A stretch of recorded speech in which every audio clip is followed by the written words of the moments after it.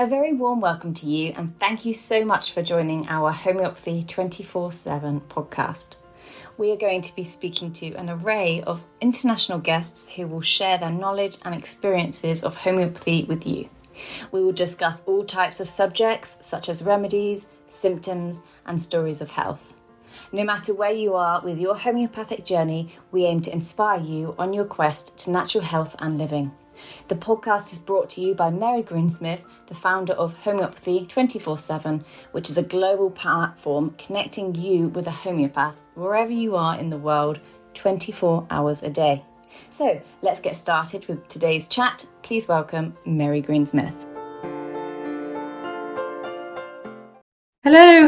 It's lovely to see you all, and thank you so much to Kate Birch for coming and joining us today. Lovely to see you. Hi, nice to be here. Great. I'm so excited to find out more and actually get to talk to you, Kate, because I've been reading your books for quite a few years. You're quite a published author in the homeopathic field, but there's so much more that you do as well. Yes. Tell me a little bit about how you came into homeopathy. Yeah.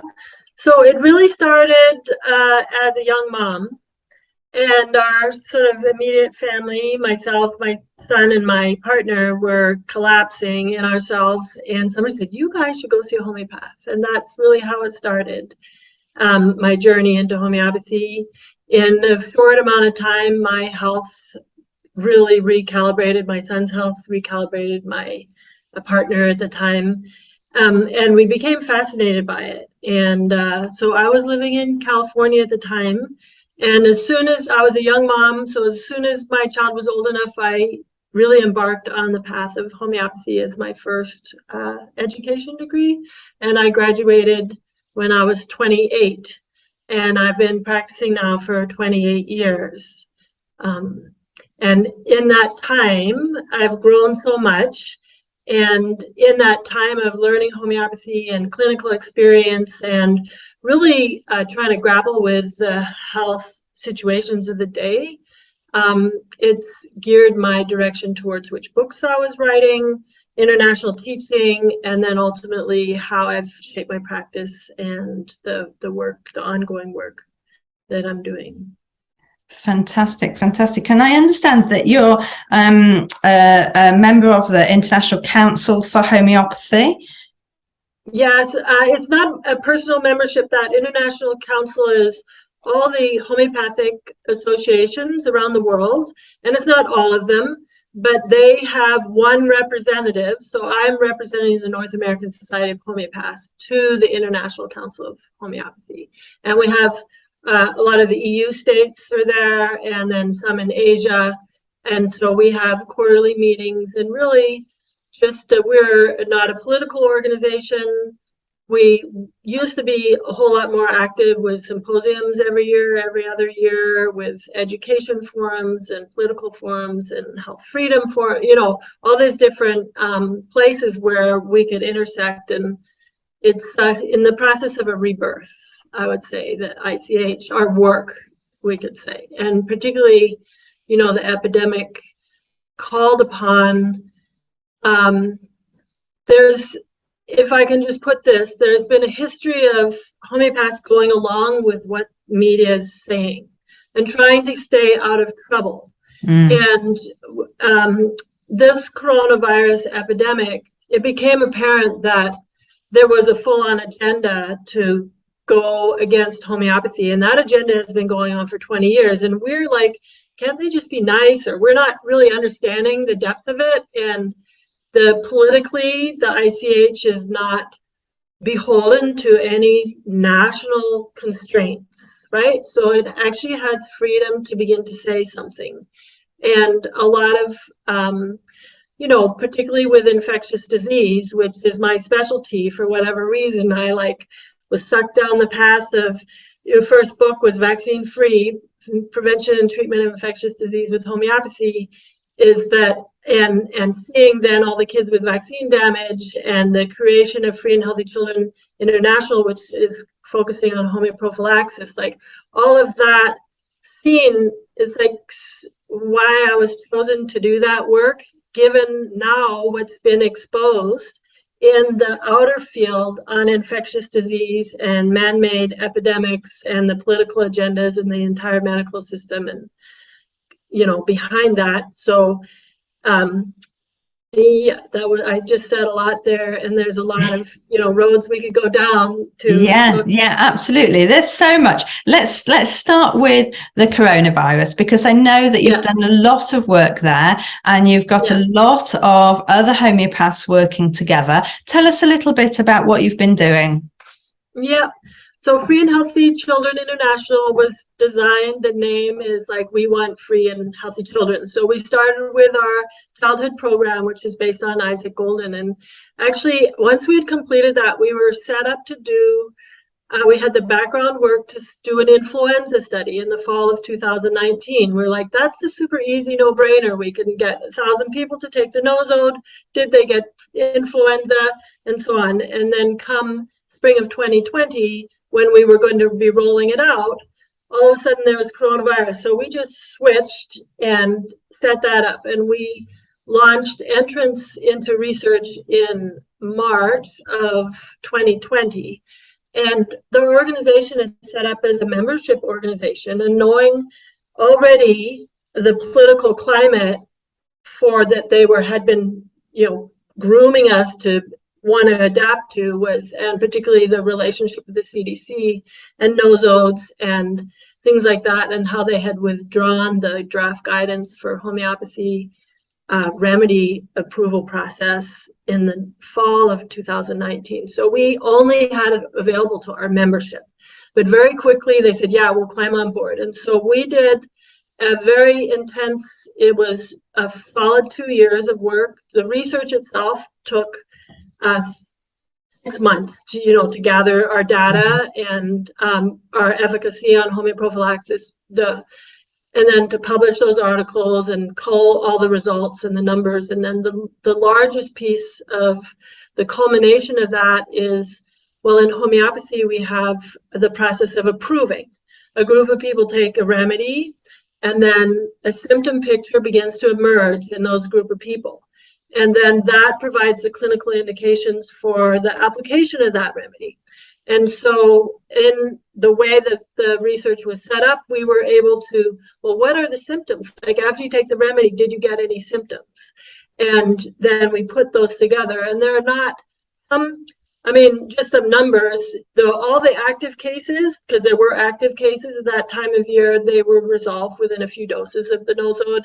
And then there's some that had this strange flu-like sickness that they never really understood sometime in the fall of 2019 and early January. And then they realized that was coronavirus. So we took those symptoms, and some of them had, they were kind of like still sick. 3 months later, they're still, so those got better. And then we looked at the efficacy of homeoprophylaxis. And then some of the people who took the remedies, they had like 1 or 2 symptoms. They weren't sick, but somebody would have flushes. Another person would have like this headache between the eyes. Another person would have like a pressure weight on the chest. And so those are proving symptoms. They're not really active sickness symptoms. And so all of that is put together in what we call the materia medica. And that is available on computer software programs, the Radar. So it's fully been repertorized, and that was the most comprehensive work, because it literally was the largest proving ever done. There were, we had procured symptoms from over 800 participants. Usually provings are like 10 people or 20 people. And so to get all the symptoms of 800 people and whittle them down into, the nut of coronavirus, and put that into accessible. Yeah, and all that information, all of our research is available on our website. Okay.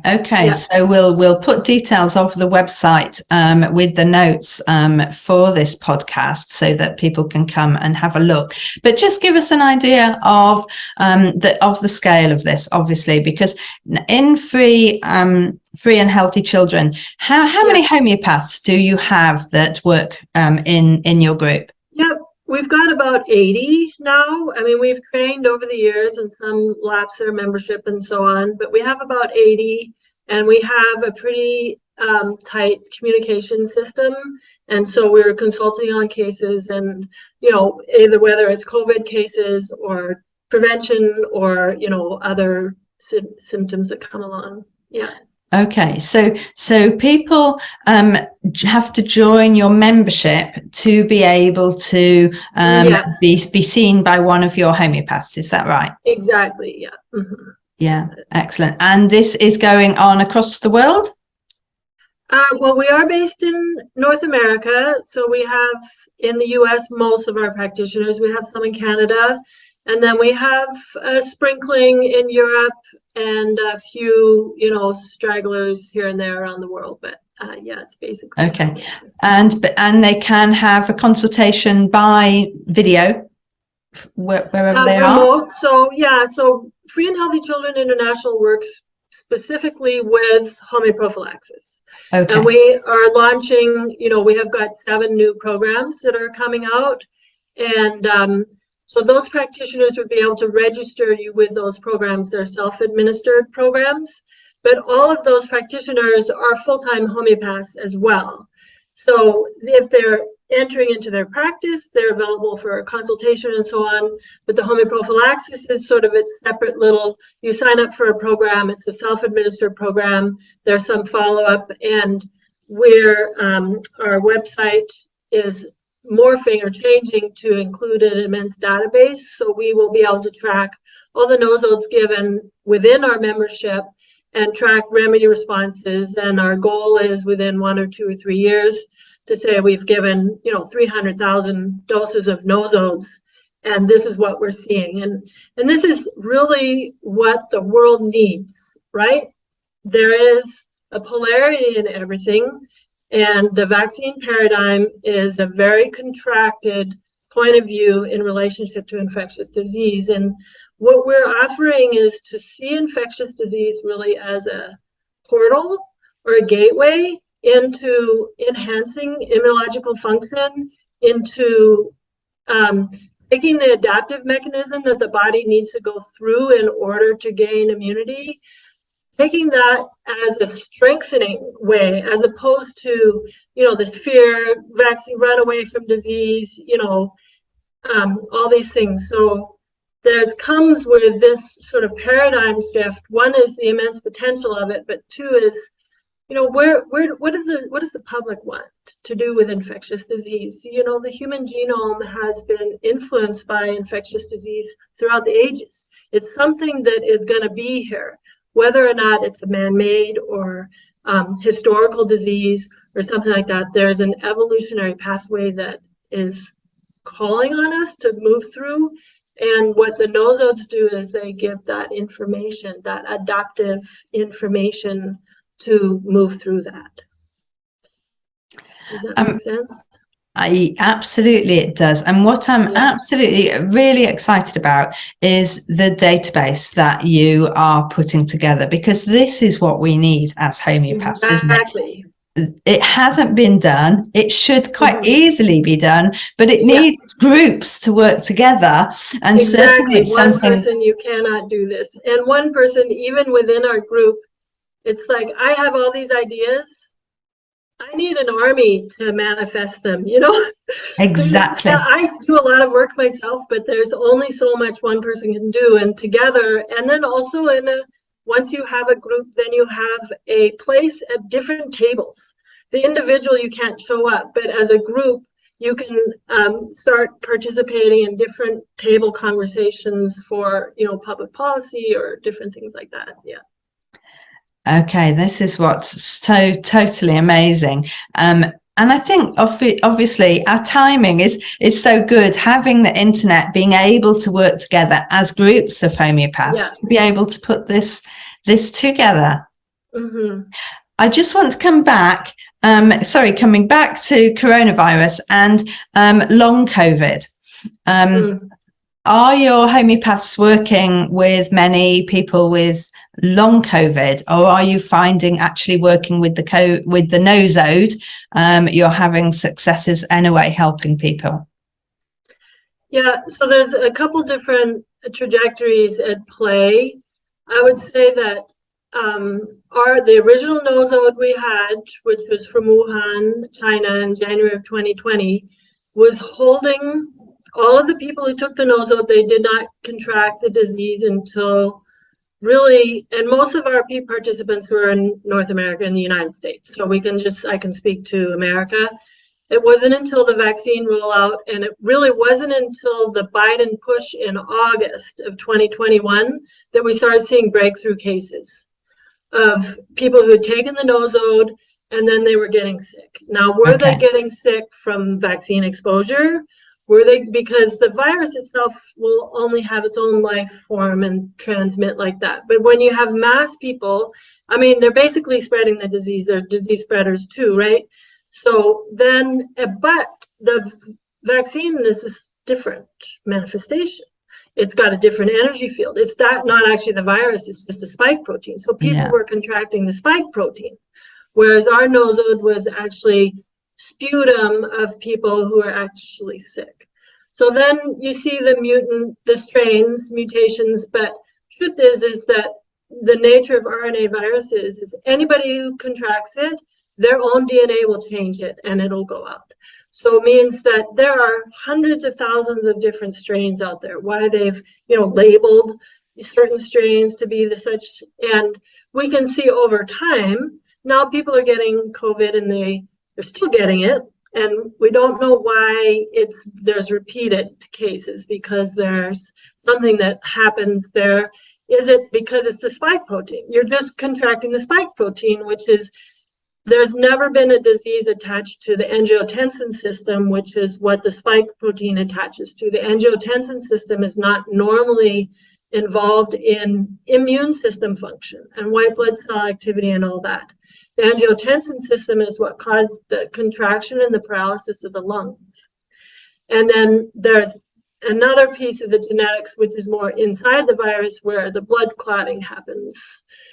And some of that, so as far as our practitioners and who we work with, we've been working on every different field of it, because it's not just a natural disease, it's an artificial disease in a population that keeps being vaccinated, and then the wave of that. And then really what COVID seems to affect is the evolutionary path through COVID requires that we need a fully adaptive immune system without comorbidities, which are all our homeopathic miasms, right? So the more miasmatically laden an individual is, they're not going to be able to process COVID through. So when we start treatment, you start it at the miasmatic level, do you start it at the acute level? They're just come to you. And then it's compounded, well, now they've had 4 vaccines and they get COVID, and then there's these variants. So there are nosodes of different variants, and really it was a lot more cut and dry to begin with, but there's a lot of nuances now. Yeah. I understand. But where do we go from here? What do you see happening as far as corona is concerned and the nosodes? Mm-hmm. I really don't know. They've got the other unique thing about the genetic strand of coronavirus is it's tagged with markers with about 20 to 30 other diseases. Oh. It's tagged with streptococcal bacteria, the hemolytic streptococcal, which is some of the bleeding. It's tagged with Epstein-Barr. It's tagged with tuberculosis. It's tagged with malaria. It's tagged with Lyme. It's tagged with a whole bunch of other co-infections. So what happens is, whatever your miasmatic pot is of your being, and if you have a weakness or a susceptibility on those levels, so that COVID is going to go in and start pulling out those weaknesses.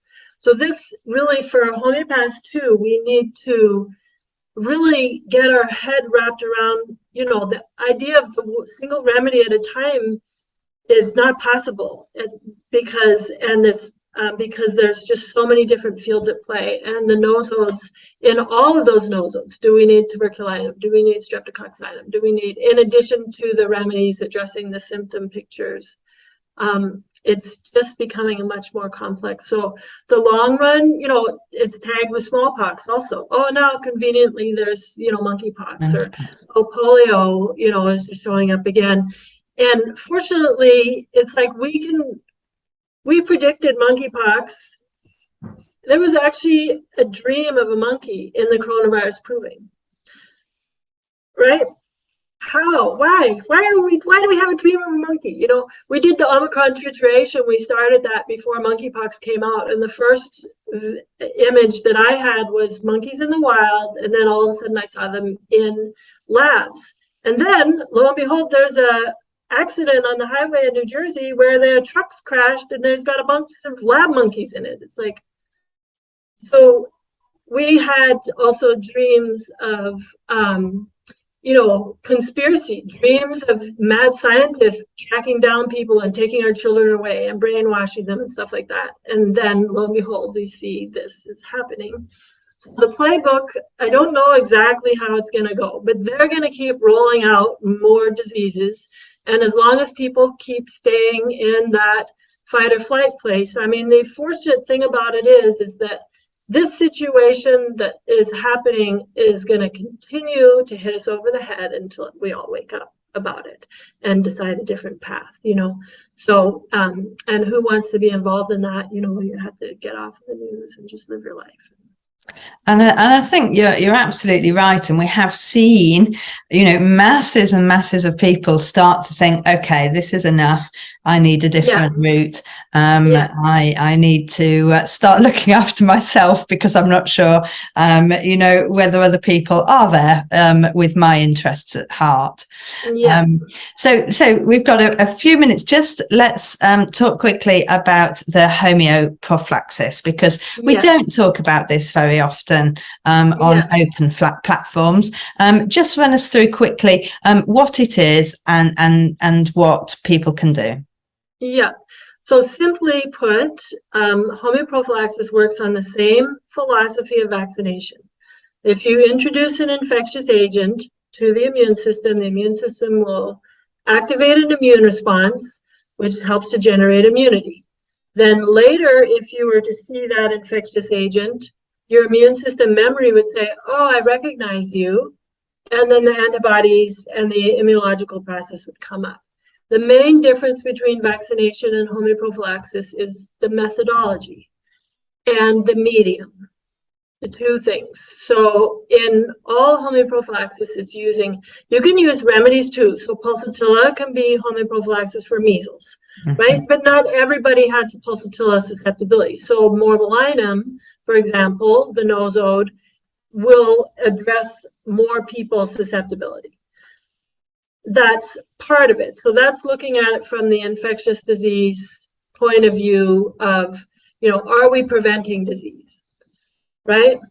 But the next thing about the methodology or the mode that is being transmitted is so nosodes are all potentized. There's no artificial ingredients in it. There's just the energy of the immunological agent, and then wherever they derived it from. So somebody who was previously sick, so that discharge of that human with active sickness holds immunological components to say, this is how you resolve that sickness.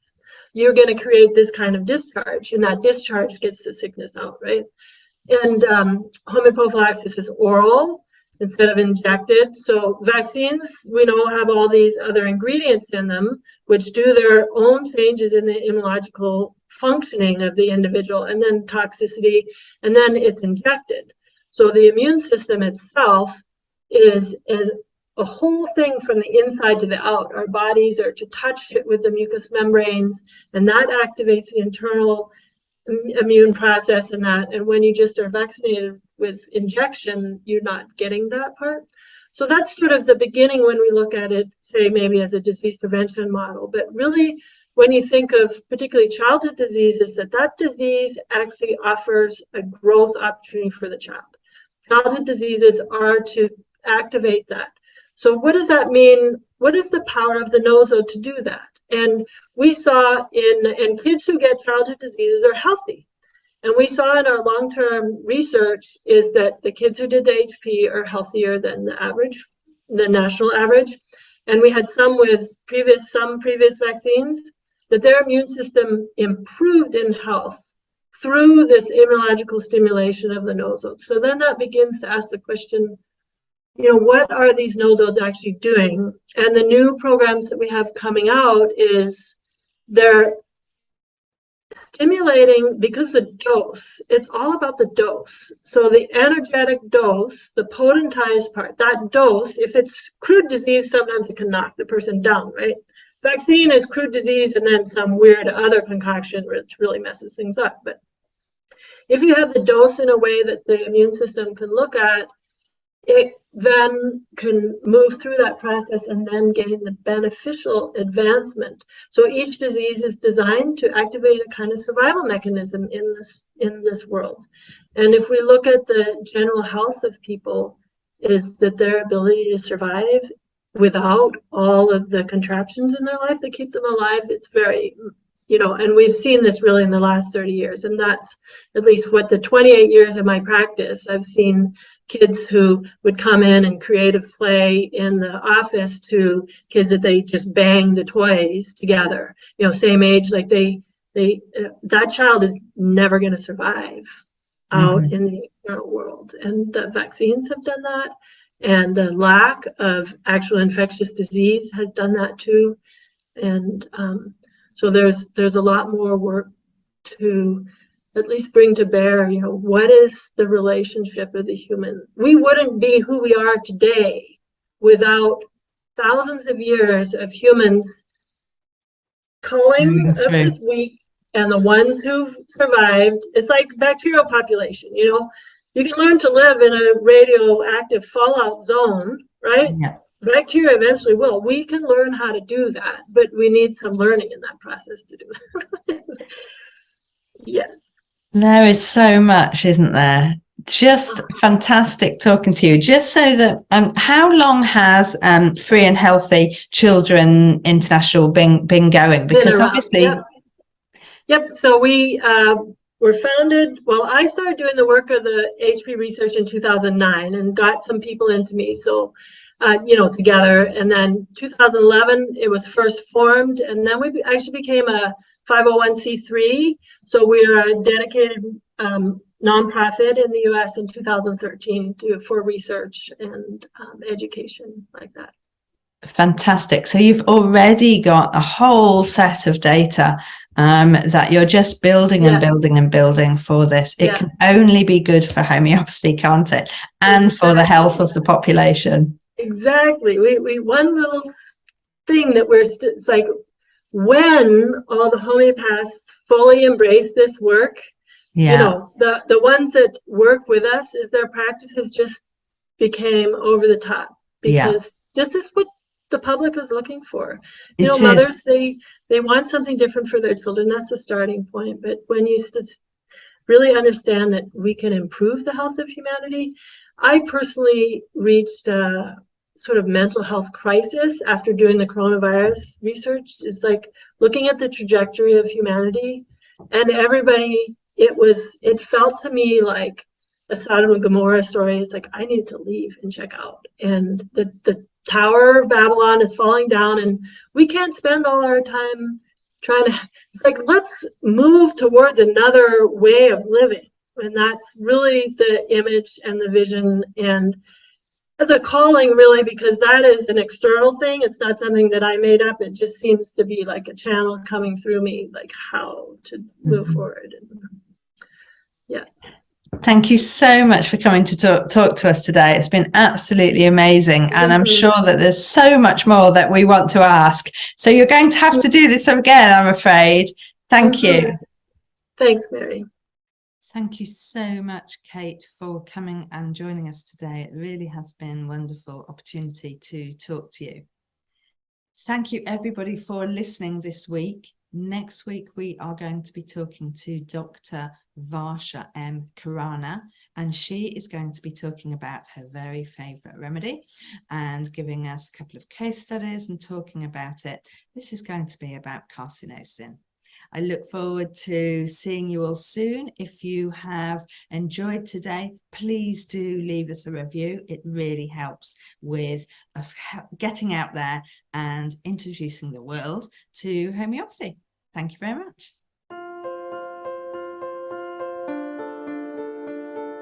We hope you enjoyed today's episode and look forward to listening to our next one. Please don't forget to follow our podcast on your chosen channel, and please do leave us a review so we can continue to share homeopathy with as many people as possible. If you do have any questions, please do reach out to us on any of our social platforms mentioned in the show notes. We at Homeopathy 24/7 hope to empower you on your natural health journey.